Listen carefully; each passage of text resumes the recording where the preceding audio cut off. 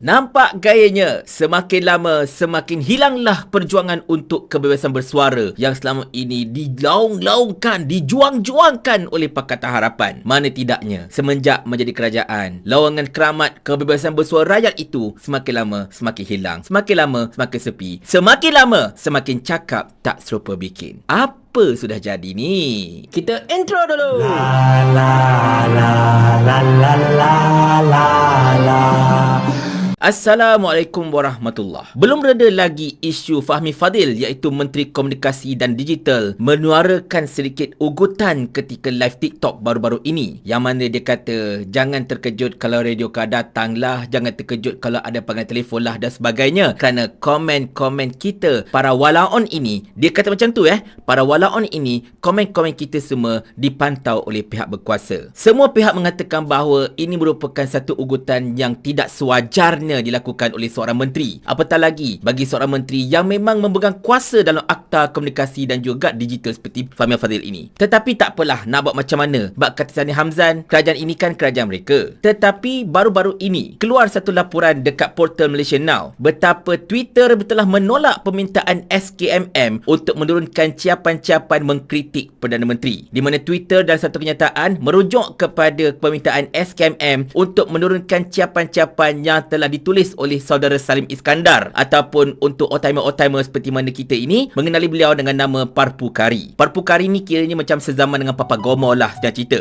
di mana ciapan-ciapan tersebut obviously mengkritik Perdana Menteri. Tetapi kalau kita ikutkan, kritikan-kritikan oleh Parpu Kari itu tidaklah membawa konotasi yang menghina raja lah ataupun menghina agama lah, langsung tak usik tentang 3R. Sebaliknya hanya mengkritik tentang pendirian-pendirian dan juga tindak tanduk Perdana Menteri yang semakin lama semakin bercelaru ini. Bukan Salim sahaja berkata demikian, ramai rakyat Malaysia yang menyatakan sedemikian sebenarnya, termasuklah diri saya sendiri. Tetapi SKMM telah meminta Twitter untuk menurunkan ciapan tersebut, di mana Twitter kata kita tak boleh turunkan ciapan-ciapan sebegini. Kita hanya turunkan ciapan kalau benda itu berkaitan dengan mempromosikan keganasan, membahayakan mana-mana pihak ataupun berkaitan dengan apa-apa saja yang eksploitasi kanak-kanak. Itu saja. Benda lain dia tak nak usik, terutamanya kalau ianya melibatkan pengucapan politik yang sah. Sebab ini memang tertakluk di bawah Akta Kebebasan Bersuara yang dipegang oleh Twitter sekian lama. Dan bukan saja Twitter pun, mana-mana pengendali platform sosial media ini pun pastinya menjunjung kebebasan bersuara selagi ianya tidak melanggar undang-undang negara. Tetapi itulah kelihatannya kerajaan kita ini cuba untuk mengenakan kuasa-kuasa tertentu, memberikan tekanan kepada pengendali-pengendali sosial media ini agar tunduk kepada censorship oleh mereka. Mereka tahu, tuan-tuan dan puan sekalian, mereka tidak akan mampu untuk mengawal sosial media ini seperti mana mereka mengawal media-media massa ataupun media-media cetak di negara kita ini. Media-media macam tu senanglah mereka nak kawal sebab semuanya tertakluk kepada Akta Penerangan dan sebagainya. Tetapi untuk sosial media seperti ini, kebanyakan mereka ini datangnya daripada luar dan tidak tertakluk kepada undang-undang negara kita ini secara sepenuhnya. Jadi kerana itulah SKMM cuba untuk bertindak itu, cuba untuk bertindak ini, dan pastinya anda masih ingat antara perkara pertama yang Fahmi Fadzil buat selaku Menteri Komunikasi ialah berjumpa dengan pengendali TikTok dekat Malaysia ini untuk memastikan kandungan-kandungan dan TikTok ini pada peringkat awalnya tidak menyentuh tentang 3R. Tetapi nampak gayanya benda yang mengkritik kerajaan semuanya disentuh. Termasuklah konten saya sendiri dekat TikTok. Dah berapa lama dah kena shadow ban, sampai ramai orang mengadu pada saya mereka tak nampak konten saya. Bayangkan, sebagai seorang yang mempunyai ratusan ribu followers, saya punya video cuma tak sampai 10,000 view pun. Nampak sangat kena shadow ban. Nampak sangat video-video kritikan saya terhadap kerajaan ini dihalang daripada disebarkan atas sebab-sebab yang tertentu. Tidak menuduh sesiapa, tetapi kelihatannya seperti itu. Sebab tak logik kan? Jadi di situlah kita ingin bertanya kepada kerajaan Madani ini. Mana pergi lawangan kebebasan bersuara yang selama ini anda perjuangkan? Kita tidak berdemo tengah jalan raya. Kita tidak mengangkat sempaduk. Kita tidak merusuh ke apa-apa ke atau melakukan segala perkara yang bertentangan dengan undang-undang negara ini. Sebaliknya kita menggunakan platform-platform yang kita ada untuk melahirkan bantahan, kritikan dan juga mungkin penambahbaikan untuk negara kita ini kepada kerajaan kita. Itu saja. Kalau anda tidak mampu untuk menerima kritikan, jangan jadi kerajaan.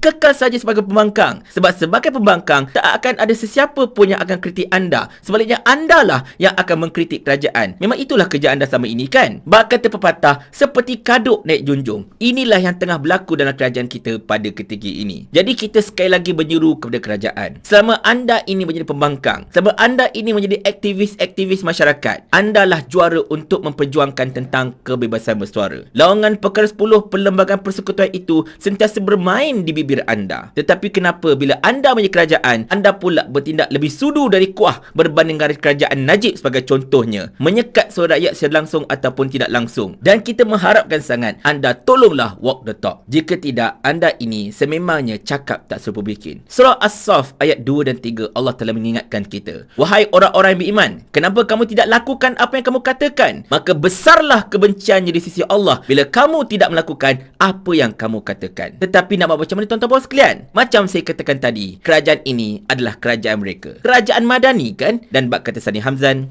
kerajaan ni kerajaan kami, jadi ikut suka kami lah. Paling kurang aku ada formula. Ni kau ada menteri berlambak-lambak ni, satu formula pun tak ada. Otak letak dekat mana? Saya ulang. Sampai Abang Jamil mampus.